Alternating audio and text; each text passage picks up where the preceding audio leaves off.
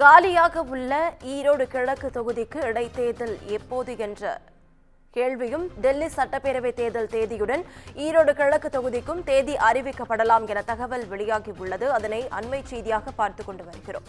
இதுகுறித்த முழு விவரங்களை வழங்க செய்தியாளர் காவியா நம்மோடு இணைப்பில் காத்திருக்கிறார். காவியா, வணக்கம். விவரங்கள். வணக்கம் நவீனா. டெல்லி சட்டப்பேரவை தேர்தலுக்கான தேதியானது இன்று பிற்பகல் அறிவிக்கப்பட உள்ள நிலையில் தொடர்ந்து ஈரோடு கிழக்கு இடைத்தேர்தலுக்கான அறிவிப்பும் இன்று வெளியாகலாம் என தகவல் வெளியாகி இருக்கிறது. இந்தியாவின் தலைநகரான டெல்லியில் ஆம் ஆத்மி ஆட்சி நடைபெற்று வருகிறது. ஏற்கனவே அந்த கட்சியின் ஒருங்கிணைப்பாளர் அரவிந்த் கெஜ்ரிவால் முதலமைச்சராக இருந்த நிலையில் மதுபான கொள்கை முறைகேடு விவகாரத்தில் அவர் சிறைக்கு சென்றார். தொடர்ந்து ஜாமீனில் வெளிவந்த அவர் தனது பதவியை ராஜினாமா செய்தார். தொடர்ந்து ஆம் ஆத்மி கட்சி சார்பில் முதலமைச்சராக அதிஷி இருக்கிறார். தொடர்ந்து பிப்ரவரி மாதத்துடன் டெல்லி சட்டப்பேரவையின் பதவிக்காலமானது நிறைவு பெறுகிறது. இதையடுத்து அதற்கு முன்னதாகவே தேர்தல் நடத்த வேண்டும் என்பதால் இந்திய தேர்தல் ஆணையம் அதற்கான பணிகளில் ஈடுபட்டு வந்தது.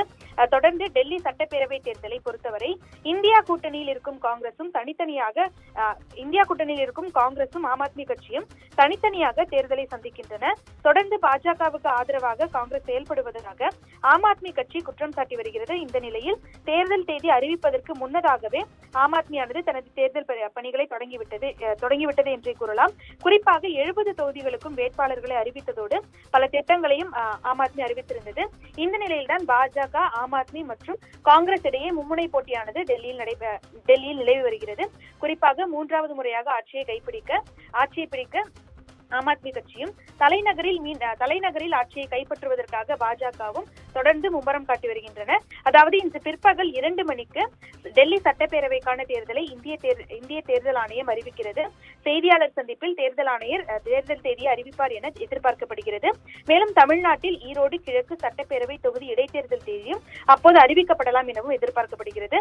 முன்னதாக திமுக கூட்டணியில் காங்கிரஸ் சார்பில் திருமகன் ஈவேராவின் தந்தையான EVKS இளங்கோவன் போட்டியிட்டு வெற்றி பெற்றார்.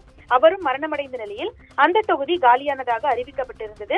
அங்கு தேர்தல் நடத்த வேண்டிய நிலை ஏற்பட்டுள்ள நிலையில் இன்று அதற்கான தேர்தல் தேதி அறிவிக்கப்படும் என எதிர்பார்க்கப்படுகிறது. ஒரு தொகுதி காலியானதாக அறிவிக்கப்பட்ட 6 மாதங்களுக்குள் அங்கு தேர்தல் நடத்த வேண்டும் என்ற விதியில் உள்ளது என்பது குறிப்பிடத்தக்கது. நன்றி காவியா.